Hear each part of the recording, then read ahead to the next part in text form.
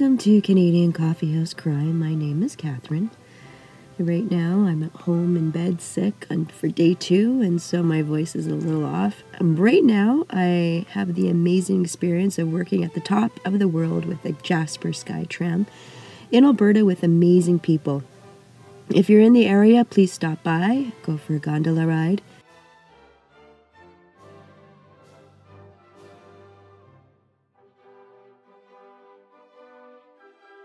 Go for a hike to the top of a mountain, see some animals.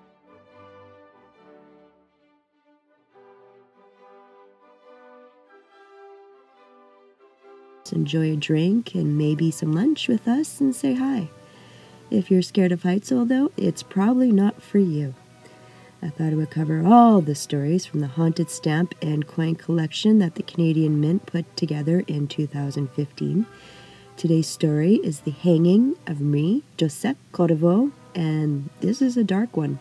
Marie was born 1733 in Saint-Vallier. Her family were farmers. She had 10 brothers and sisters that all died in childhood.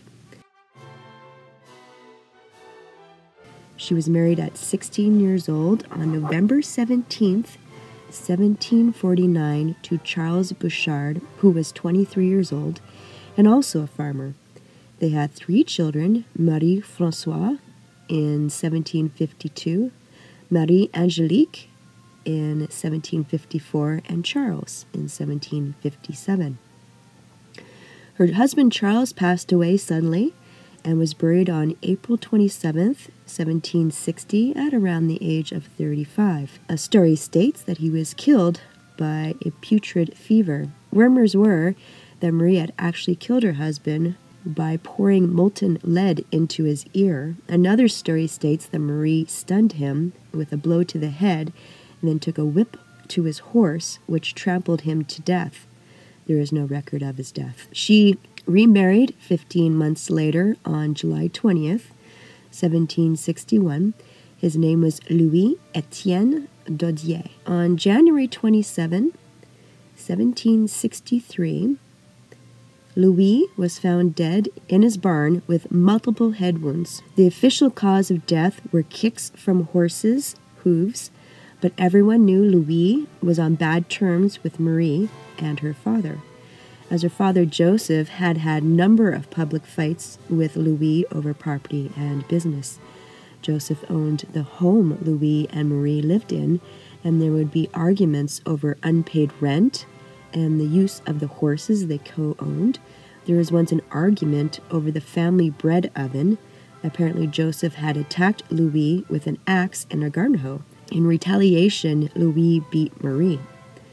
Marie fled and went to her uncle's house and petitioned to leave her husband over physical abuse, but was denied and forced back to her husband's house. The British military authorities heard of the rumors and looked closer into his death and exhumed his body and discovered Louise's wounds looked more like that of a pitchfork or some kind of instrument rather than hooves from a horse. The head had received 4 wounds along one side of his face, evenly spaced at 3 inches apart, and one of them had reached and broken the skull. Also, the lower jaw was fractured. Marie and her father Joseph were arrested. Their hearing was in front of 12 English officers, with Lieutenant Colonel Roger Morris presiding over the hearing. 24 witnesses took the stand, saying that Joseph was violent and quarrelsome, and that Marie was a drunk slut that was witnessed throwing up in her children's bonnets. Joseph was sentenced to death, and Marie was found to be an accomplice and was sentenced to 60 lashes and branded with the letter M on her hand.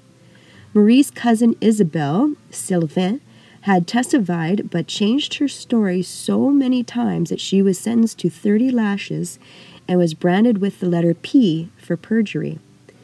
Joseph confessed a few days later that it was actually his daughter that had killed her husband and that he was just an accomplice.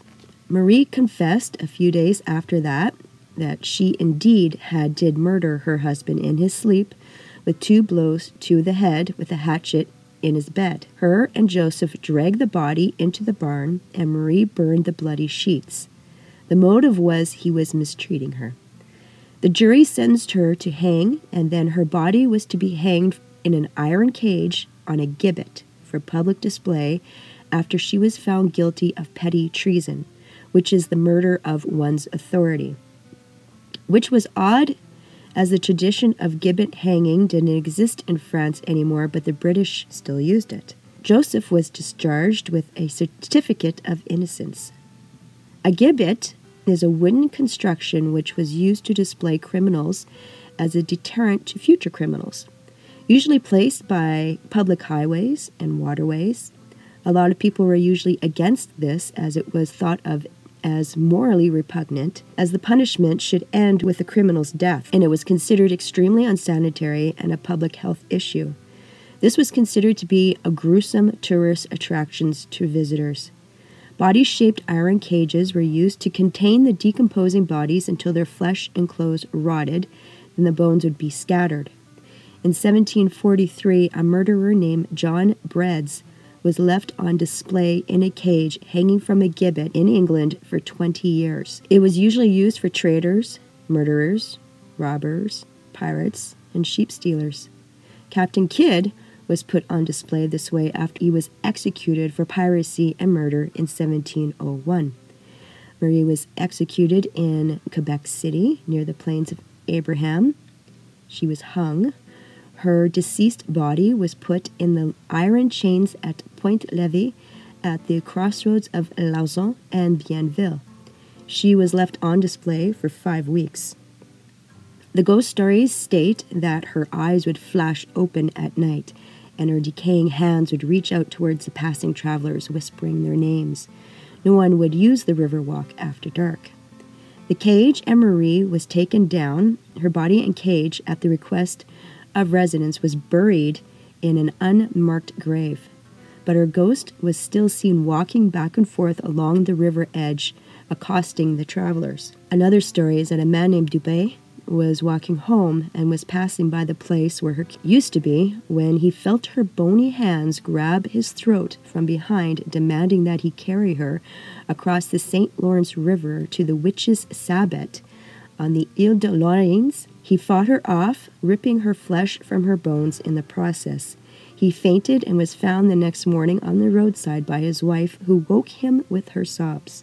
Apparently after this, the authorities were called to exorcise the area. In 1851, the cage was dug up at the cemetery when a pit was dug. The cage was stolen from a church cellar and was sold to P.T. Barnum, who put it on display. Its description reading only, "From Quebec." P.T. Barnum was a showman and one of the founders of the Barnum and Bailey Circus.